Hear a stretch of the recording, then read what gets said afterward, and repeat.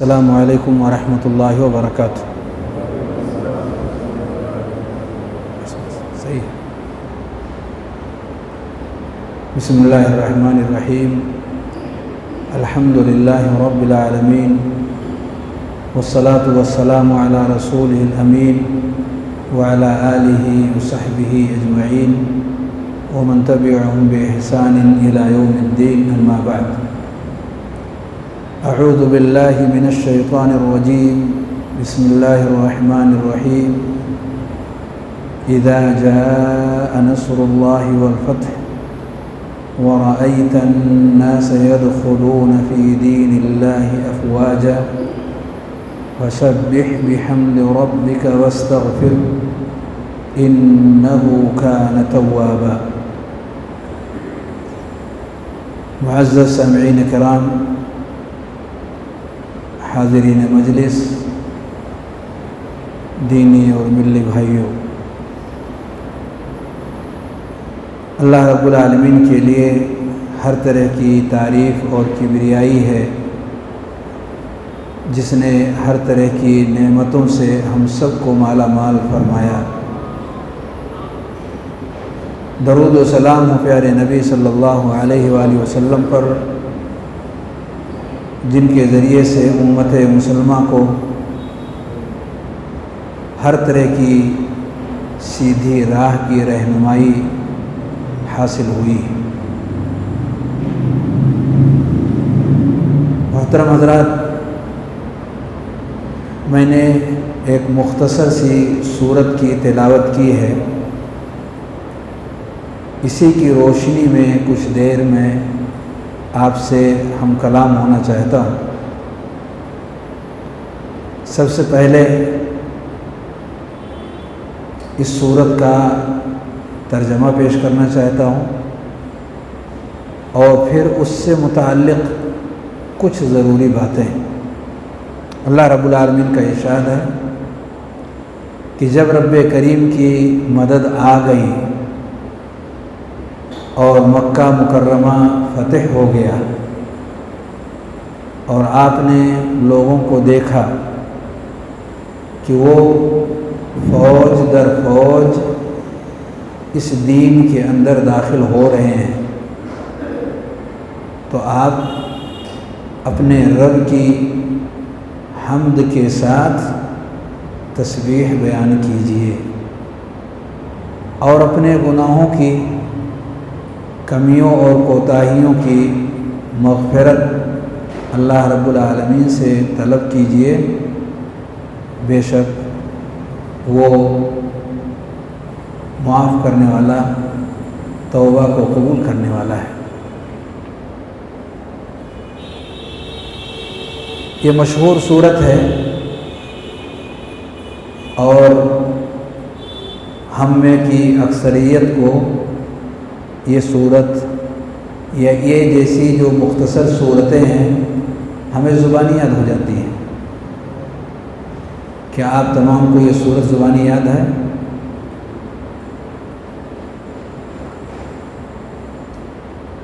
سب کو یاد ہے؟ خاموش ہے؟ زبانی یاد ہے؟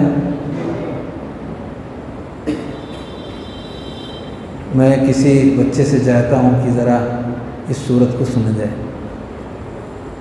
کسی بچے کو زبانی یاد ہے؟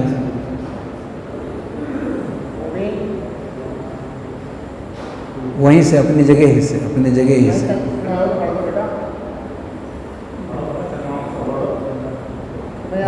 جائے بیٹا، شاباش۔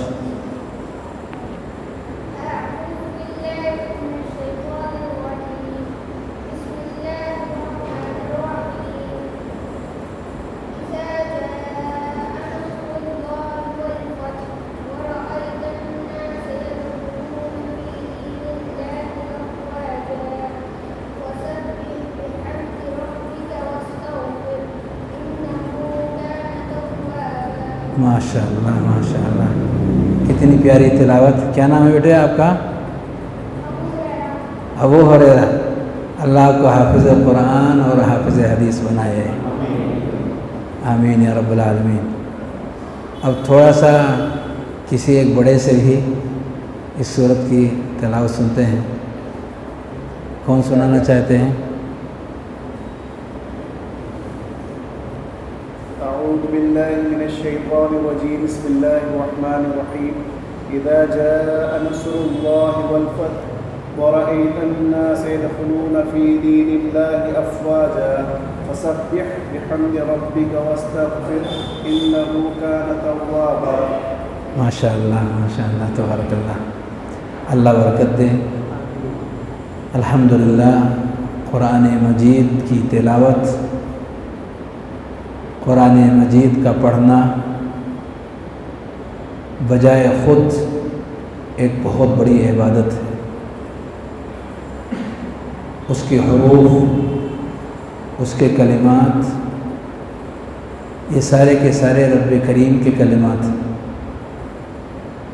یہ اللہ رب العالمین کا کلام ہے. جو شخص بھی ایک ایک حرف اس کی پڑھتا ہے، اللہ اسے ہر حرف کے بدلے میں 10 نیکیاں عطا فرماتا ہے.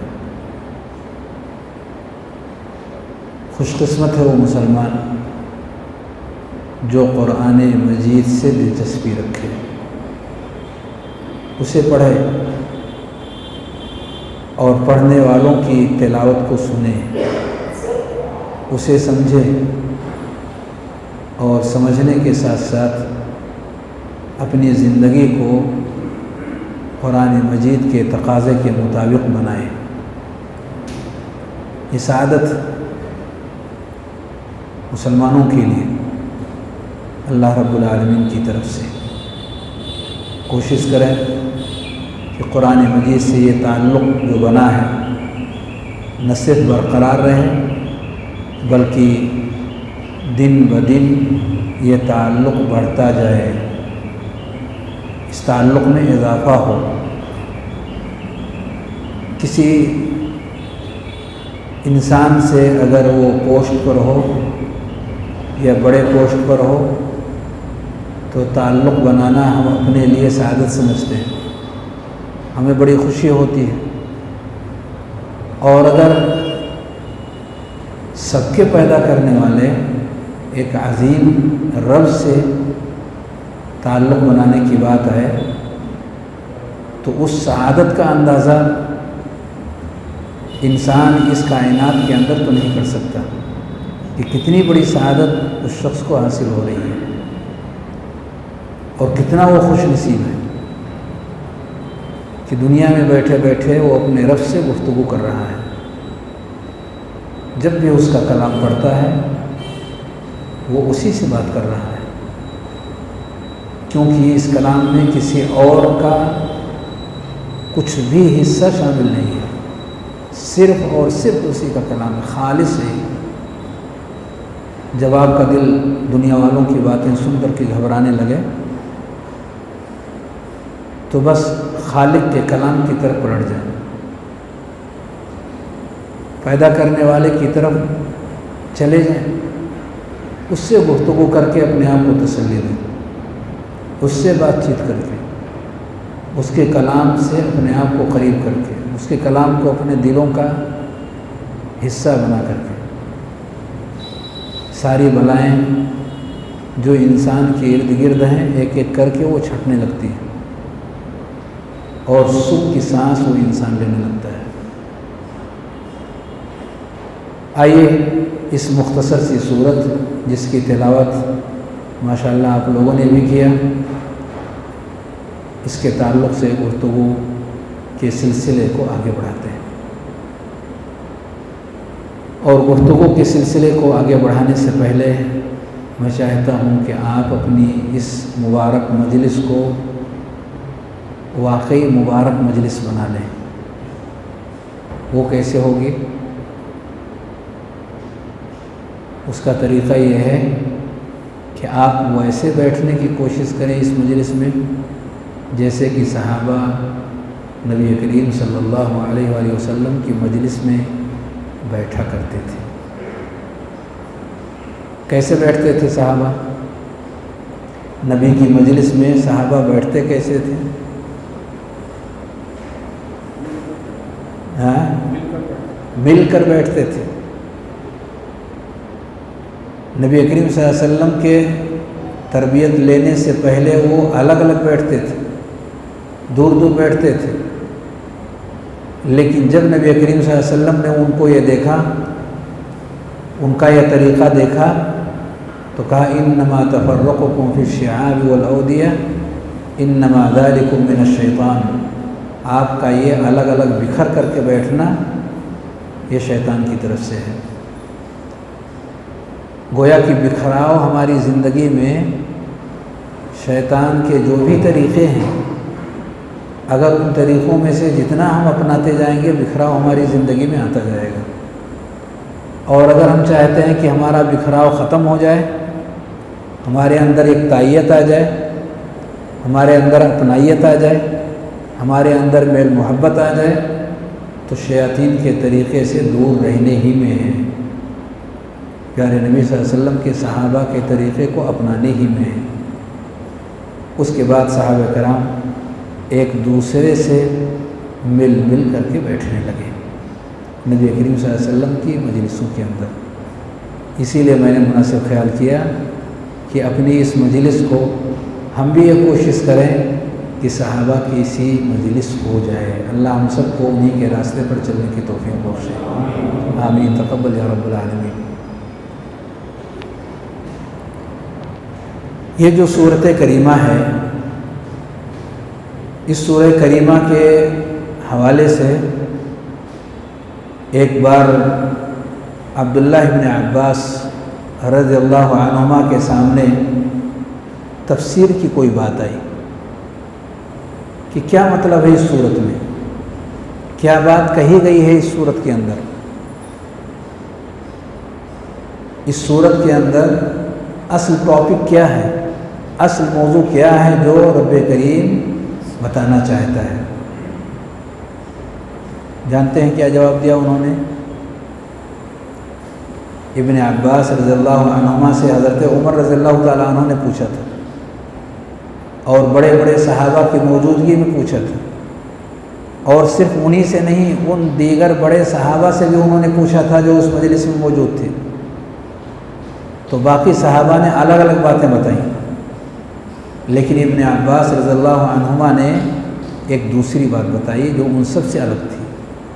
کیا بات تھی وہ جو ابن عباس نے بتائی رضی اللہ عنہم اجمعین؟ کسی کو یاد ہے کیا؟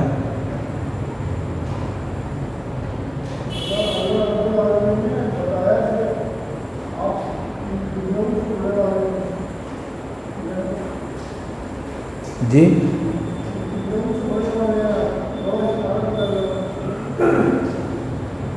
کچھ آیا سمجھ؟ میرے سمجھ میں نہیں آیا.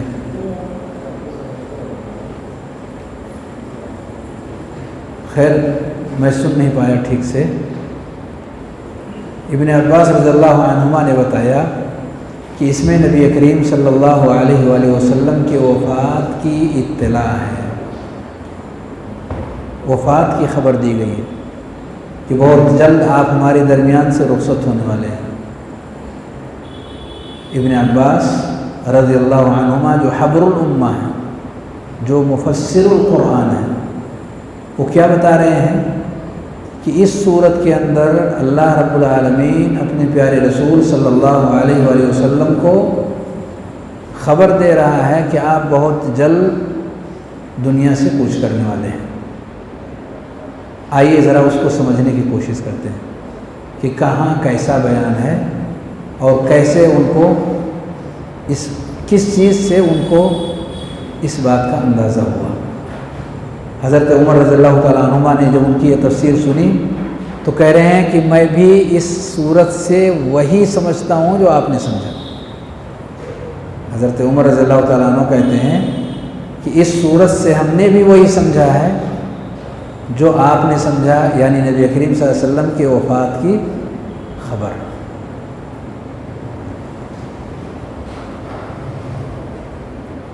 آیت کے شروع میں اللہ رب العالمین نے کچھ نعمتوں کا تذکرہ کیا ہے. آیت کے شروع میں اللہ رب العالمین نے کچھ نعمتوں کا تذکرہ کیا ہے۔ کیا کہا کہ جب اللہ رب العالمین کی مدد آ گئی اور مکہ فتح ہو گیا اور آپ نے دیکھا کہ لوگ جوق در جوق اس دین اسلام میں داخل ہو رہے ہیں، یعنی کافی بڑی توجہ لوگوں کی طرف سے دین اسلام کے قبولیت کے حوالے سے ہے، چاروں طرف سے لوگ دین اسلام ہی کی طرف آ رہے ہیں۔ تو جب یہ صورتحال ہو گئی ہے تو اللہ رب العالمین نے چند باتوں کی نصیحت فرمائی۔ یہ چند نعمتوں کا تذکرہ تھا جس کا ذکر کیا اللہ رب العالمین نے کہ یہ سب اللہ رب العالمین کی طرف سے آپ کو حاصل ہوئی ہیں۔ مکہ فتح ہو گیا، رب کی مدد آ گئی اور لوگ دین اسلام کو جاننے اور پہچاننے لگے اور اس میں داخل ہونے کے لیے جوق در جوق تشریف لانے لگے۔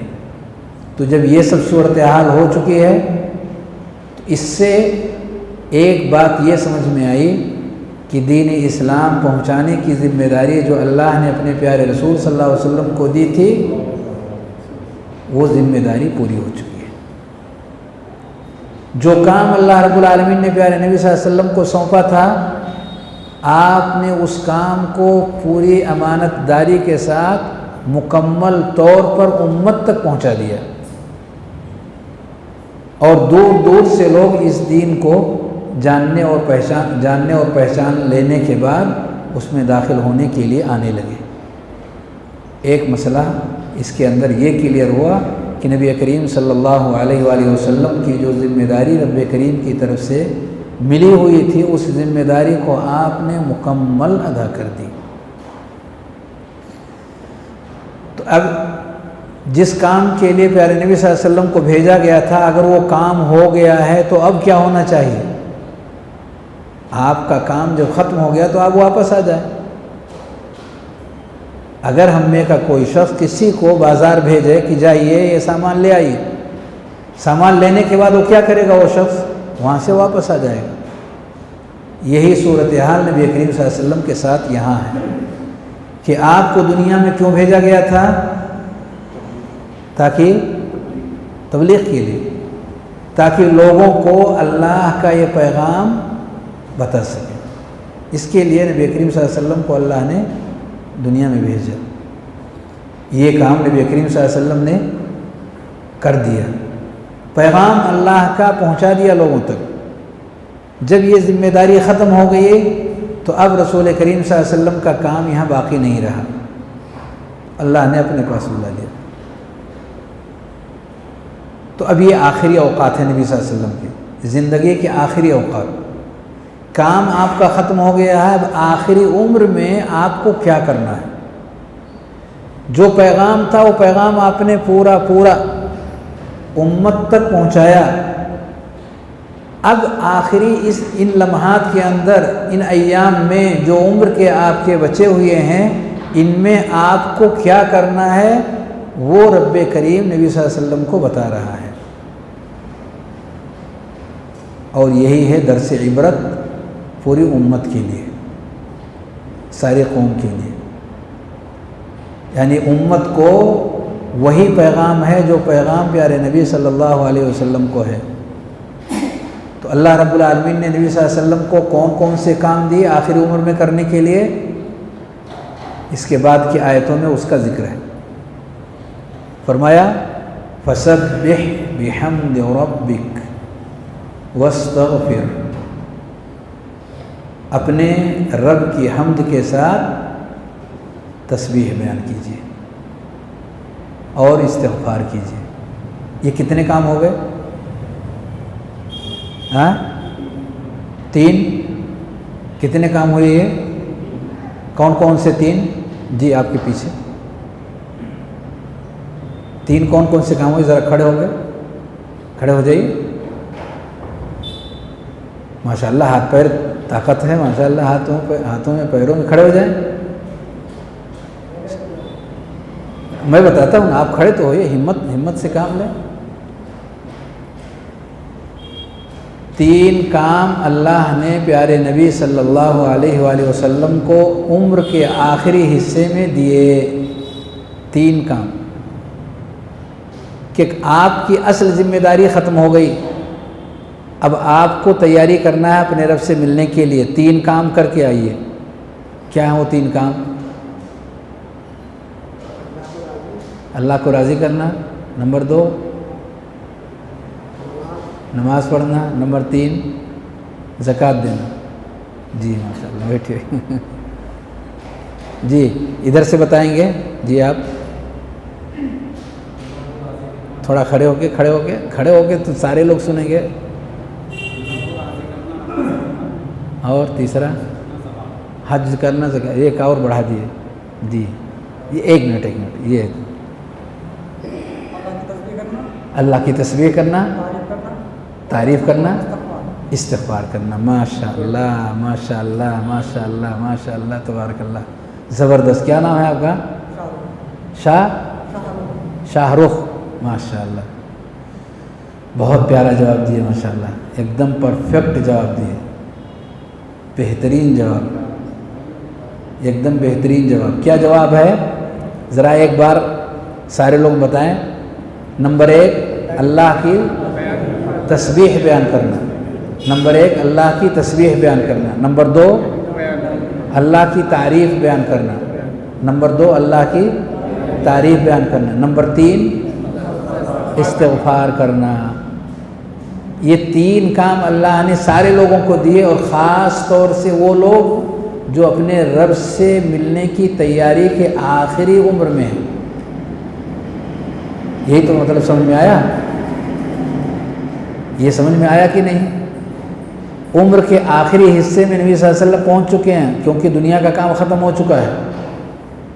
تو عمر کے آخری حصے میں اللہ رب العالمین نے 3 بڑے کام نبی صلی اللہ علیہ وسلم کو عطا کیے. اللہ کی تسبیح بیان کرنا. نمبر 2 اللہ کی تعریف بیان کرنا. نمبر 3 استغفار کرنا. یہ تینوں ہی کام بڑے ہیں. تینوں ہی کام بڑے ہیں. 2 کا تعلق اللہ سے ہے اور 1 کا تعلق بندے سے ہے. 2 کا تعلق اللہ کی ذات سے ہے اور 1 کا تعلق بندے کی ذات سے ہے. 2 کا تعلق اللہ کی ذات سے ہے. وہ کیا ہے وہ دونوں؟ اللہ کی. بیٹا آپ کے پیچھے وہ چھوٹے بچے کھڑے ہو. شاباش. کیا ہے وہ 2 چیزیں؟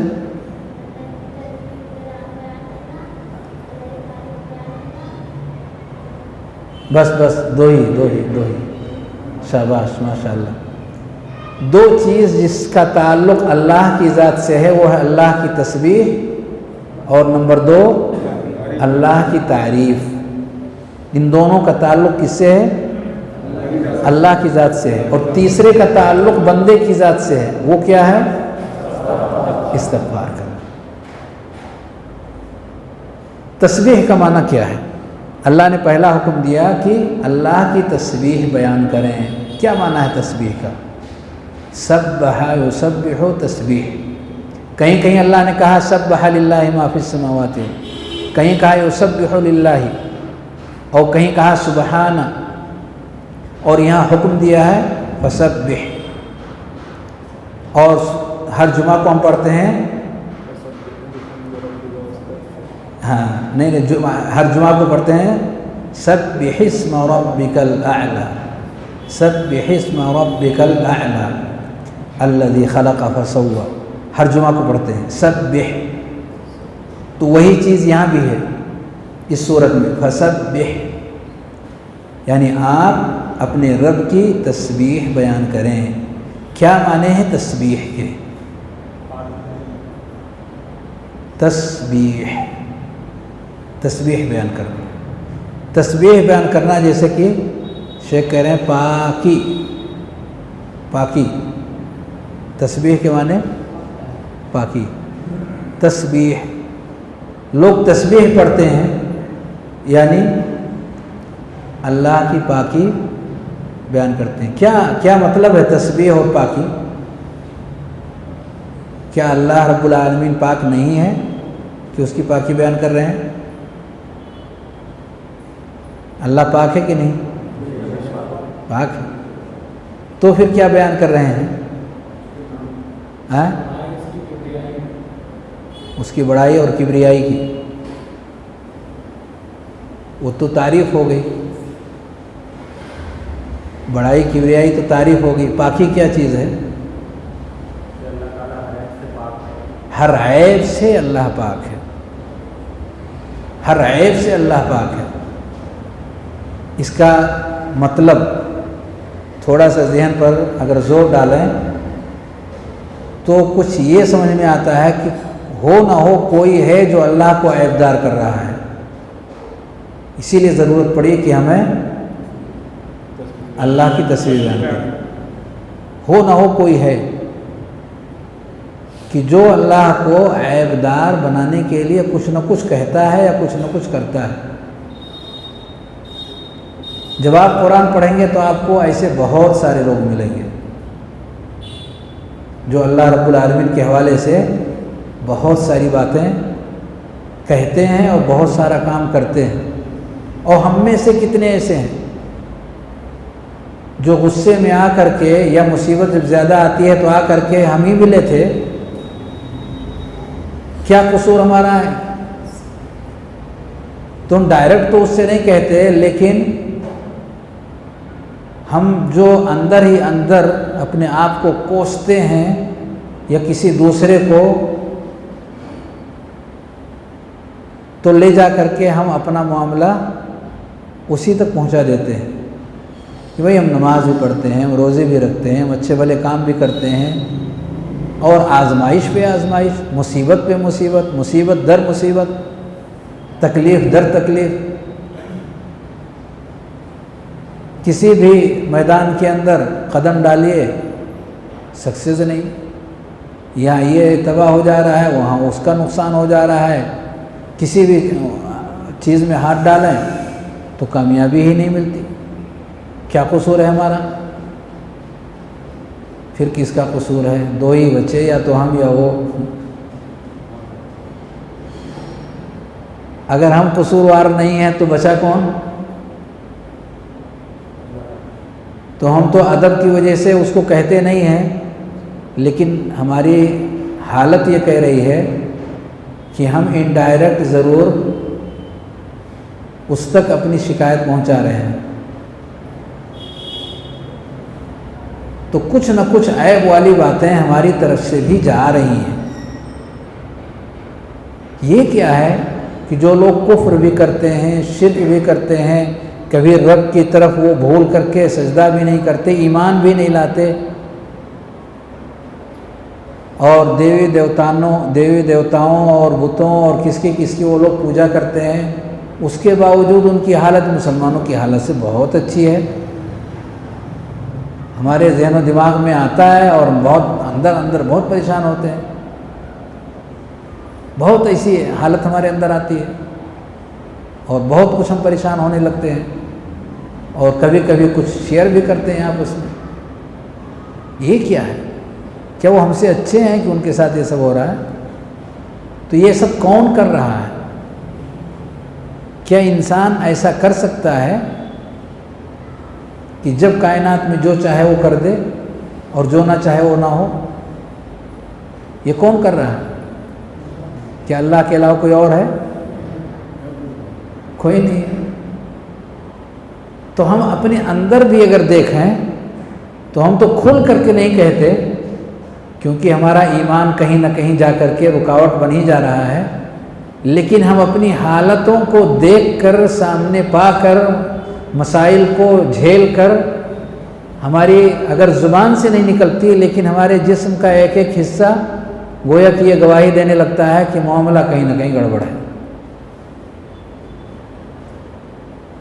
اور کچھ لوگ اپنی زبان پر بھی کچھ نہ کچھ لے آتے ہیں۔ اس لیے ضرورت پڑتی ہے کہ ہم اللہ رب العالمین کو بے عیب کریں، یہ ہمارا ایمان کہتا ہے۔ کہ عیب دار بنانے کی کوشش شیطان کرتا ہے، شیطان کے گروپ کے ممبران کرتے ہیں، کفار اور مشرکین کہتے ہیں ید اللہ مغلولہ، اللہ کا ہاتھ بندھا ہوا ہے، اور وہ لوگ چیلے چپاٹے جو اس راستے سے نکل کر کے اور اللہ رب العالمین کی قدرت کی تعریف کرنے کے بجائے اس کا سرے سے انکار کرتے ہیں، اس کو مانتے ہی نہیں ہیں، اس کو تسلیم ہی نہیں کرتے، اور اسی لیے بہت ساری قومیں مسلمانوں کے نام پر پیدا ہوئیں، بہت سارے اللہ کے ناموں کا انہوں نے انکار کیا، بہت سارے صفات کا، خوبیوں کا اللہ کا انکار کیا، مانتے ہی نہیں، اس کو تسلیم ہی نہیں کرتے، حالانکہ وہ مسلمان ہیں۔ جہمیہ، معطلہ، قدریہ، مرجیہ، یہ سب تاریخ کے نام ہیں، لوگ پیدا ہوئے مسلمانوں میں، اور بہت ساری چیزوں کا ایک ایک کر کے رب کریم کے انکار کیا انہوں نے۔ اور اب بھی ہمارے اس ملک کے اندر اور سارے ملکوں کے اندر ایسے لوگ پائے جاتے ہیں جو یہ کہتے ہیں کہ اللہ کہاں ہے؟ کہاں ہے اللہ؟ اللہ کہاں ہے؟ یہ ہمارا عقیدہ ہے کہ اللہ 7ویں آسمان کے اوپر عرش عظیم پر ہے، لیکن ہمارے اس ملک کے اندر اب بھی ایسی بہت بڑی تعداد ہے جو کہتے ہیں ہر جگہ ہے، نعوذ باللہ۔ رب کہتا ہے، 7 آیتیں صاف ہیں پورے قرآن کے اندر، ثم استوى علی العرش، وہ کہتا ہے کہ میں عرش کے اوپر ہوں، اور ہمارے مسلم بھائی کہتے ہیں کہ نہیں وہ ہر جگہ، ان کا کہنا ہے کہ وہ ہر جگہ، اور ہمارا رب کا کہنا کیا ہے کہ وہ پہلا آسمان جو ہم دیکھ رہے ہیں جہاں تک آج تک کوئی مخلوق نہیں پہنچ سکی، اس کے بعد 6 اور آسمان ایسے ہی ہیں، اور اس کے بعد اللہ رب العالمین کا عرش ہے۔ اس نے بتایا میں اس عرش کے اوپر ہوں، اور ہمارے مسلم بھائی ماننے کے لیے تیار ہی نہیں ہو، ان کہا کہ نہیں زمین پر بھی ہے، وہاں بھی ہے اور یہاں بھی ہے، وہ ہر جگہ ہے۔ جب ان سے کہا جائے کیا گندگی کی جگہوں میں بھی ہے تو خاموش ہو جاتے، کوڑے کباڑ میں بھی ہے تو خاموش ہو جاتے، اور بھی کچھ گندی چیزیں ہیں اگر ان کا نام لیا جائے تو خاموش ہو جاتے۔ تو ان آیتوں کا کیا کریں گے جس میں ہمارا رب یہ کہتا ہے میں فلاں جگہ ہوں؟ کیوں نہیں مانتے؟ اس کو نہ مان کر کے کیا ہم اس کی شان میں گستاخی نہیں کرتے؟ اس لیے ضرورت ہے کہ اس کو ہم بے عیب کریں۔ اللہ رب العالمین کے ساتھ جو بھی عیب کی چیزیں مسلمانوں کی طرف سے غیر مسلمین کی طرف سے جانے انجانے جا رہی ہیں، یہ ہمارا بہت بڑا ایمان کا حصہ ہے کہ اپنے رب کو پاک و صاف کریں۔ کیا آپ صاف ستھرا پانی پینا پسند کریں گے یا گٹر کا بھی اس کے اندر 1 چمچ ملا دیا جائے؟ صاف ستھرا پانی، گٹر کا معمولی سا بھی حصہ اگر آپ کے کھانے یا پانی کے اندر شامل ہو جائے پورا کھانا آپ سائڈ کر دیں گے، ایسی چیزوں کو آپ ہاتھ نہیں لگا سکتے۔ تو ایسی چیزیں اپنے رب کے لیے کیسے ہم پسند کر سکتے ہیں؟ کیسے بلا صاف ستھرا کیے ہوئے اس کی طرف ہم بڑھا سکتے ہیں؟ یہ ہماری ذمہ داری ہے کہ ہم اس کی صفائی کریں، اس کی پاکی بیان کریں۔ کائنات کے سارے لوگ مل کر کے اگر اس کے اندر عیب نکالنے کی کوشش کرتے ہیں، ہر عیب کو، یہ ہماری ذمہ داری ہے کہ اس عیب کو ہم رب کریم کی ذات سے الگ کر دیں۔ لیکن صرف عیب کا الگ کرنا یہ کامل تعریف نہیں ہے، کامل عمل نہیں ہے، مکمل رب کریم کی شان نہیں ہے، جب تک کہ اس کے ساتھ ایک دوسرا معاملہ بھی نہ جڑ جائے۔ وہ دوسرا معاملہ کیا ہے؟ اس کی تعریف بیان کرنا۔ کسی بھی چیز کو خالی کر دینا یہ کمال نہیں ہے، لیکن کسی چیز کو بھرا پورا کرنا اور وہ بھی کمال کے ساتھ، اچھائیوں کے ساتھ، یہ اس کی تعریف کی چیز ہوتی ہے۔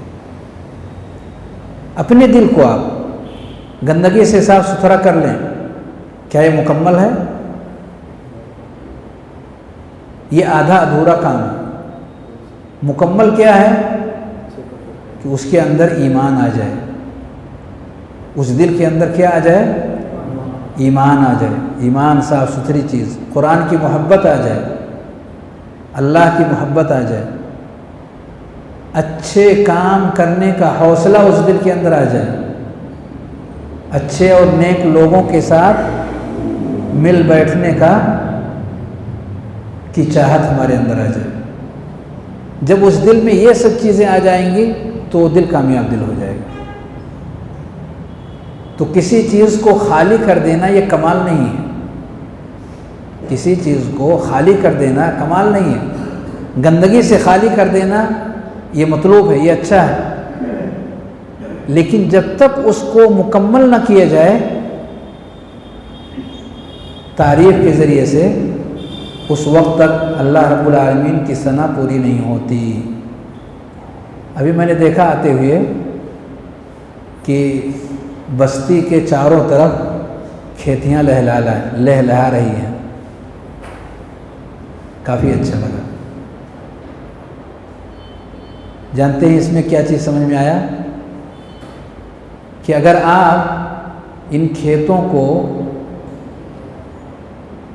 گھاس پھوس اور اس طرح کی جو نقصان پہنچانے والی چیزیں ہیں، ان کھیتوں میں سے وہ سب چیزیں نکال لیں اور کھیت کو اچھے سے تیار کر لیں، اس کی جوتائی کر کے اور جو کچھ بھی اس میں کیا جاتا ہے وہ سب کر کے، تو کیا کسان کا عمل پورا ہو گیا، مکمل ہو گیا؟ جوتائی کر لیا، ایک کام ہو گیا۔ اب اس کے بعد کیا کرنا ہے؟ اس کو، اس کی صفائی ستھرائی کر لو، جو بھی ایسی ویسی چیزیں ہیں اس کو کھیت میں سے نکال لے۔ اب جتنا بہتر وہ کھیت کو تیار کر لے گا اتنی بہتر فصل اس کے اندر آتی ہے، اور اگر کچھ نہیں کیا، یوں ہی اگر ڈال دیا تو اچھا نہیں آتا۔ لیکن کھیت کو اچھے سے تیار جب کرتا ہے، کھنگال کر کے، اور اس کو ایک دم بہترین جتنا بناتا ہے اتنی ہی بہترین فصل آتی ہے۔ تو آپ نے اگر اس کو ایک دم ریڈی پوزیشن میں کر دیا اور اس کے بعد پانی چلا کر کے آپ نے چھوڑ دیا، اس میں آپ نے بیج نہیں ڈالا، کام پکا ہو جائے گا، پورا ہو جائے گا؟ نہیں۔ اگر دھان کی فصل اس کے اندر ڈالنی ہے، گیہوں کی ڈالنی ہے یا کسی اور کی ڈالنی ہے، ڈالے بغیر اس کھیت کا عمل پورا نہیں ہوتا۔ کہ ہو جاتا ہے پورا؟ آدھا ہے، وہ آدھا کام ہے۔ پورا کب ہوگا؟ جب اس کے اندر بیج کو ڈال دیں گے۔ جو بھی فصل لگانی ہے جب تک اس کو ڈال نہیں دیں گے اور اس کے بعد کے سلسلے کو جاری نہیں رکھیں گے، اس وقت تک کام ادھورا رہتا ہے۔ سیم یہی معاملہ فسبح بحمد ربک میں ہے کہ اللہ کی تعریف کرنا کہ اے اللہ تو بہت بڑا ہے، تو بہت عظیم ہے، تو رحم و کرم والا ہے، یہ آدھا ہے، اور آدھا ہے اس کی تسبیح، یعنی اس کی پاکی اور صفائی۔ یہ دونوں مل کر کے کامل ہو جاتے ہیں، تسبیح اور تحمید، سبحان اللہ اور دوسرا الحمدللہ، سبحان اللہ اور الحمدللہ، یہ دونوں ملا کر کے پورے ہوتے ہیں۔ اگر کوئی ایک صرف سبحان اللہ لیتا ہے تو کام اس کا ادھورا ہے، اور کوئی صرف الحمدللہ لیتا ہے اس کا بھی کام ادھورا ہے۔ پورا کب ہوگا؟ جب یہ صورت نازل ہوئی ہے تو جانتے ہیں کیا ہوا؟ نبی صلی اللہ علیہ وسلم نے رکوع اور سجدے میں کیا کیا؟ کون سی دعا پڑھنی شروع کر دی اس سورت کے نازل ہونے کے بعد؟ اس سورت کے نازل ہونے کے بعد رکوع اور سجدہ میں نبی صلی اللہ علیہ وسلم نے کون سی دعا پڑھنی شروع کر دی؟ ہاں ہاں نہیں،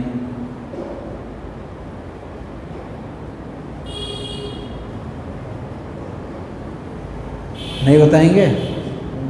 ہاں بیٹا، ہاں اور آپ کے پیچھے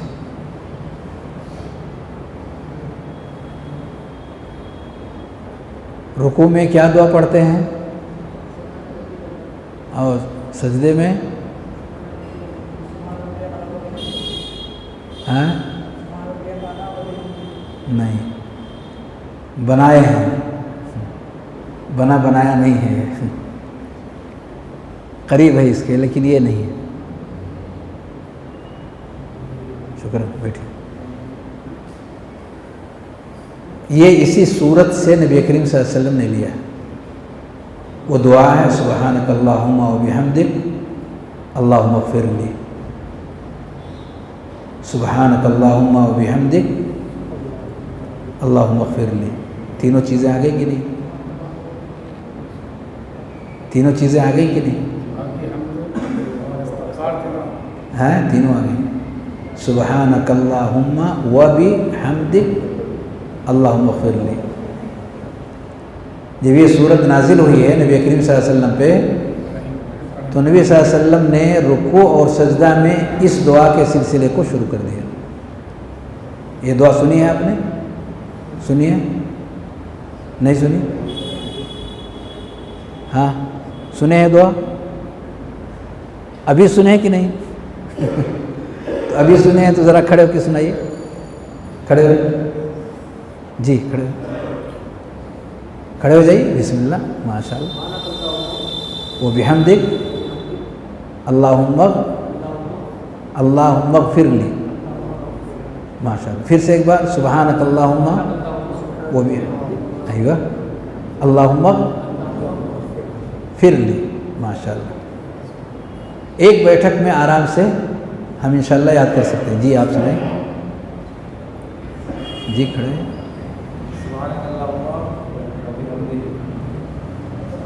پہنچ گیا، آدھا سے زیادہ کراس کر کے، تھوڑا سا بچا ہے۔ ماشاء اللہ ماشاء اللہ، زبردست۔ جی آپ پیچھے نہیں دیکھیے، آپ ہی سے کہہ رہا ہوں۔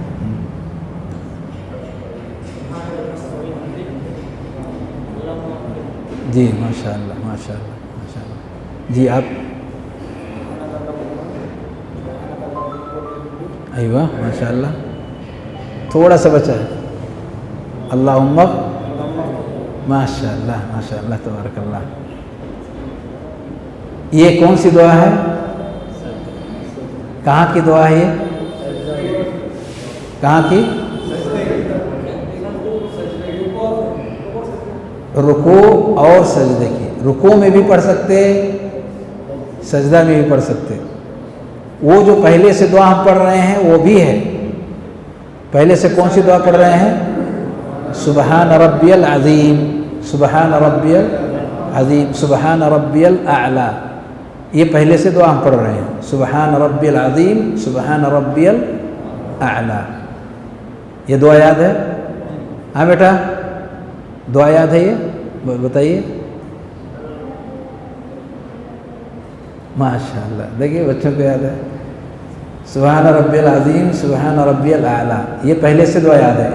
آج کے اس درس میں ایک نئی دعا آپ کو دی جا رہی ہے، جو نبی کریم صلی اللہ علیہ وسلم نے عمر کے آخری حصے میں اس سورت کے نازل ہونے کے بعد آپ نے شروع کیا۔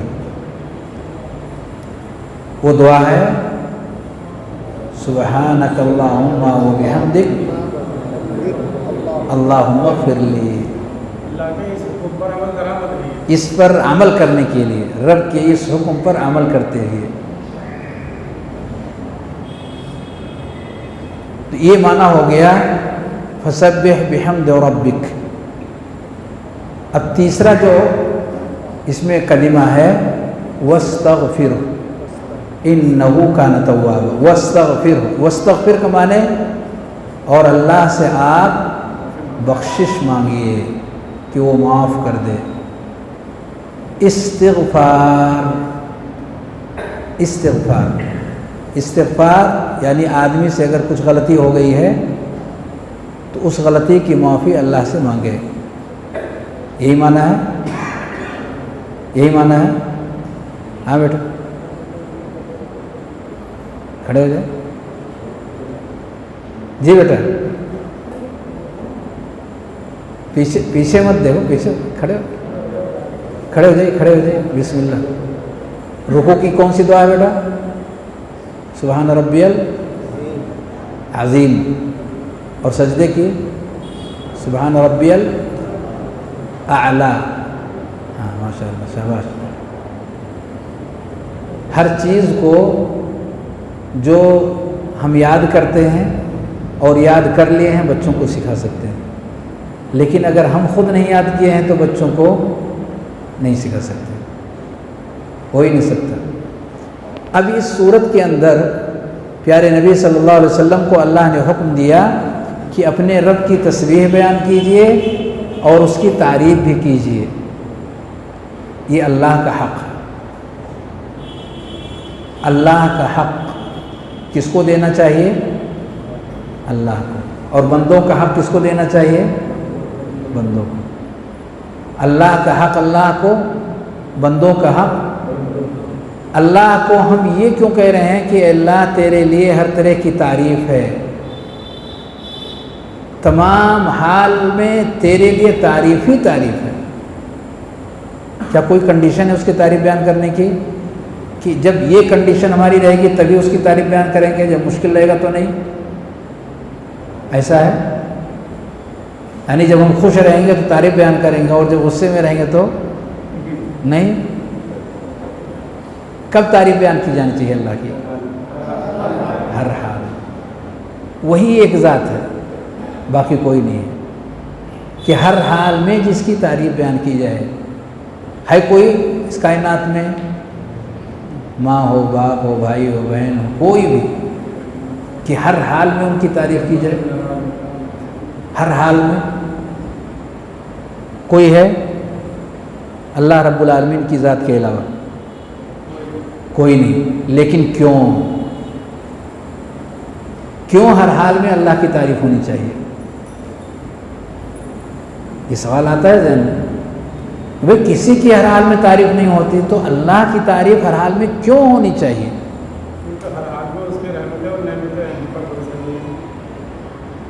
زبردست۔ اللہ کی تعریف ہر حال میں کیوں ہونی چاہیے؟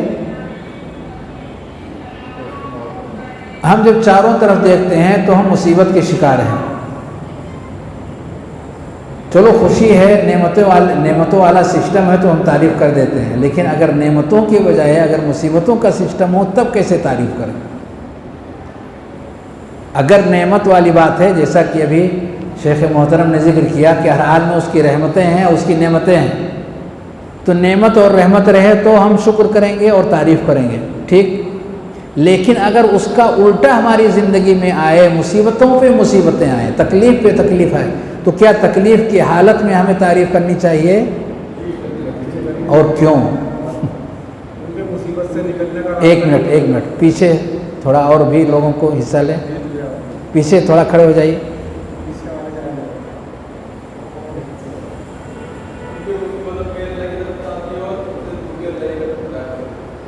مصیبت میں کیوں تعریف کرنی چاہیے؟ مصیبت اگر کوئی ہم کو تھپڑ مارے تو اس کی تعریف کریں گے؟ بھئی کسی نے ہم کو گالی دیا تم تعریف کریں گے؟ کسی نے ہم کو ہمارا مال ہڑپ کر لیا تو کیا اس کی ہم تعریف کریں گے؟ یہ سب مصیبت ہے، تعریف کریں گے اس کی؟ ہم تو غصے سے کھول اٹھیں گے اور موقع ملے تو دوبارہ ہماری طرف سے بھی وار ہو جائے، تعریف کیسے کریں گے؟ جی ادھر سے آپ کالی جی کھڑے ہوئے۔ ہر ایک کی دیکھیے، مجھے سبق یاد نہیں ہے اس لیے میں پوچھ کے بتاتا ہوں۔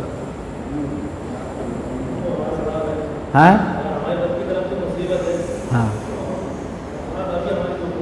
مجبوری ہے، اللہ کی طرف سے جو مصیبت آئی ہے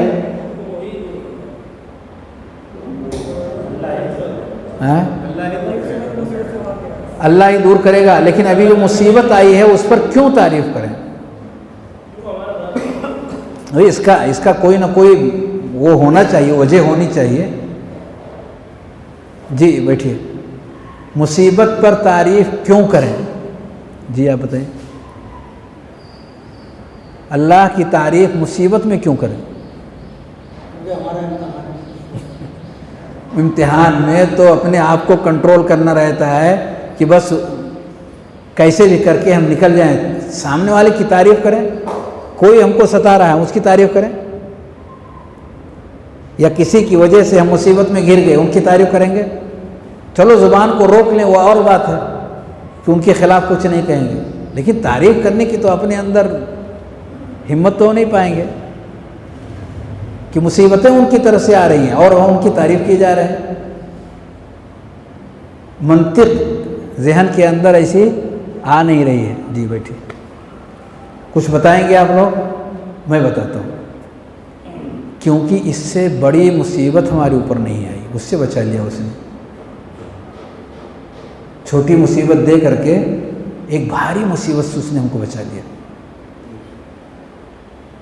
کتنا بڑا ارحم الراحمین ہے وہ چاہتا تو ہماری اس گناہ کی وجہ سے جو ہم نے غلطی کیا تھا اس سے بڑی مصیبت ہمارے اوپر ڈال دیتا، اور وہ انصاف والا ہوتا تب بھی اتنی گناہ ہماری زندگی میں، اتنی غلطیاں ہماری زندگی میں کہ اتنی مصیبتیں بھی کم ہیں، اس سے بھاری مصیبتوں کے ہم حقدار ہیں، لیکن وہ ارحم الراحمین ہے، وہ مغفرت والا ہے کہ اس نے تھوڑی سی ٹھوکر دیا ہے تاکہ ہم سدھر جائیں، سنبھل جائیں۔ اس کی نہ تعریف کریں، کس کی کریں گے؟ مصیبت میں بھی اس کی تعریف کہ ہم کو سنبھلنے کا موقع دے رہا ہے، وہ بھولا ہوا سبق یاد کروا رہا ہے وہ ٹھوکر دے کر کے، کیونکہ ہم بے ہوش ہو گئے۔ اچھی اچھی دیکھ کر، ہری ہری دیکھ کر کے ہمیں باقی چیزیں سمجھ میں نہیں آ رہی تھی، ہم سر کے اوپر سے نکل رہے تھے۔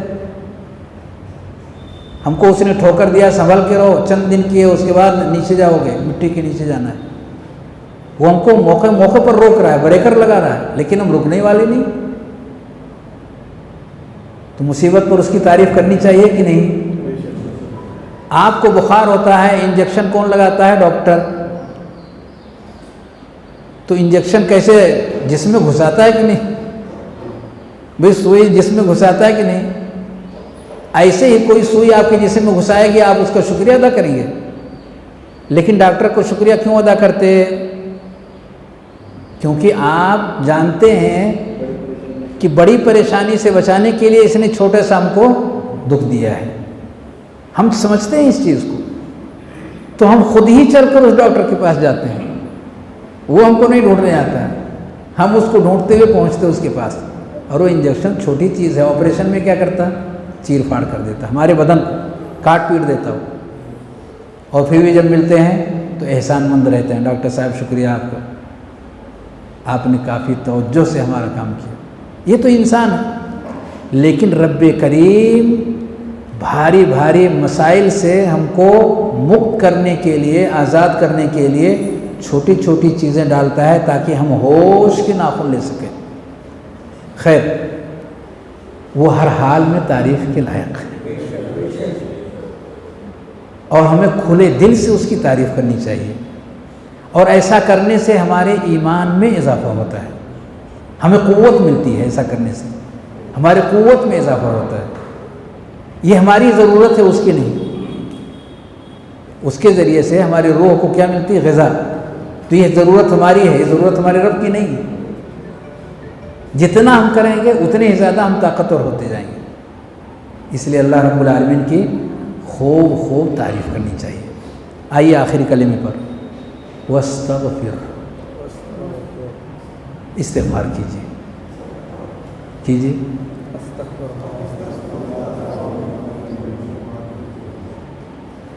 جی آپ پیچھے ٹوپی والے، جی کھڑے ہو گئے۔ نہ بڑی عمر والے بچ پاتے ہیں، نہ چھوٹی عمر والے۔ کیسے استغفار کریں گے؟ استغفار کرنے کا اللہ نے کہا ہے،